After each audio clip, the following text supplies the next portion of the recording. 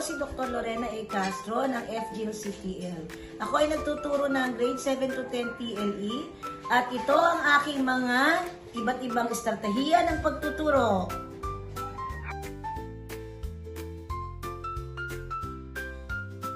These are the ingredients for our polvoron. Okay, so we need to measure 2 cups of all-purpose flour and we have to sift it using a sifter. So 1, 2, okay, and then later we will measure 1 cup of white refined sugar and 1 cup of birch leaf fulcrum milk. Okay, since we use 2 cups of all-purpose flour and the ratio is 1 or 2:1 or 1:2, we need to add or sift 1 cup of sugar. Yan.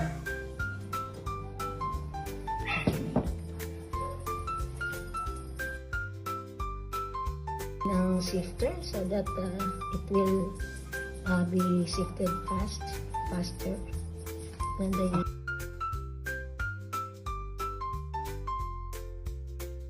So we'll now start the cooking process. So the first one, again, we need to stir and cook it until it turns light brown. And then after that, we will add the sugar and then followed by the powdered milk. And then I need to melt the margarine and then add it to all the powdered ingredients. See you later. So you have to turn the fire for medium fire only. Yan. Okay.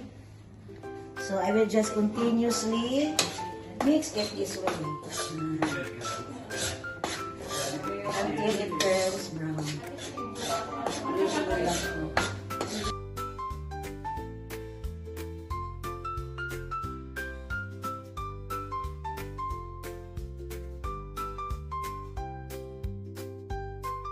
Because it already turns a little light brown, I could now add sugar. Yeah. So I have to spread it so it will be spread out equally to the entire mixture. And then again, I need to continuously stirring until it turns brown, but it's no longer lighter brown. At talagang brown. It will turn brown.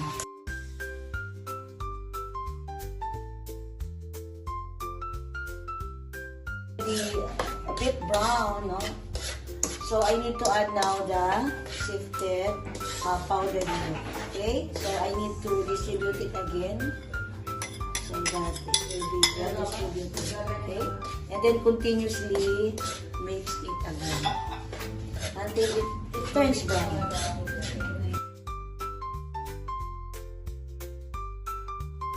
As you can see, as I mix it, it's turning already brown. No? We will wait until it turns really brown, and then I will melt the margarine.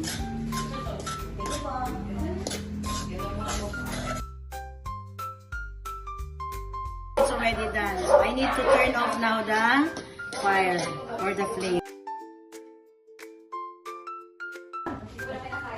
So for a very low fire, I need to melt the margarine. Okay. So I need to put the 250 grams margarine until it melts. So kailangan very low fire lang. So madali lang siyang matunaw.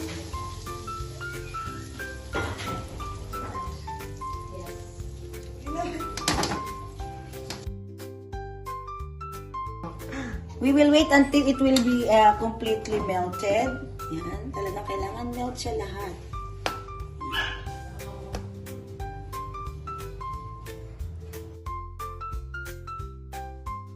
So before I pour the melted margarine, I need to make a well. Okay? So I'm ready to pour it now. So little by little. Or I need to put it on. Okay, so Ayan. So I just mix first the one half of the 250 grams, and then I need to mix it to see if it will form already. Enough to form, you know. So, pour another.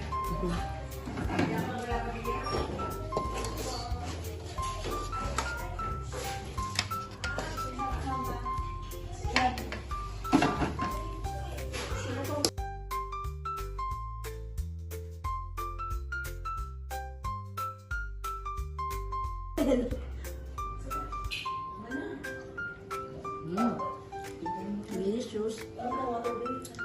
Okay, so I'm cutting now the cellophane to actually use it for packaging the polvoron. Okay. So it's shape perfect square. Okay. So it's maybe approximately 5 inches by 5 inches. Okay.